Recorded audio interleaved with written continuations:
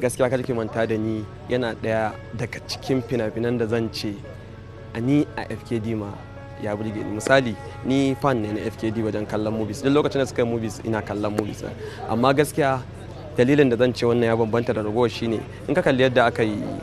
wato technicality na aikin, gaskiya zan ce kawai boom, saboda maganar gaskiya yadda aka yi amfani da professional kuma da yadda daraktan ya aikinsa, kai da ka gani ka san cewa ya zo ɗaukan wani abu ne different, to ni ma shi yasa ya zama daban a wajena. Sannan in ka koma bangaren kamar ainihin storyline din, in ka kalli storyline din ba kawai ya tafi akan love bane, yes akwai waƙoƙi a ciki na soyayya, amma kowace waka tana da wajenta, akwai dalilin da yasa ta zo. Kar ki manta da ni.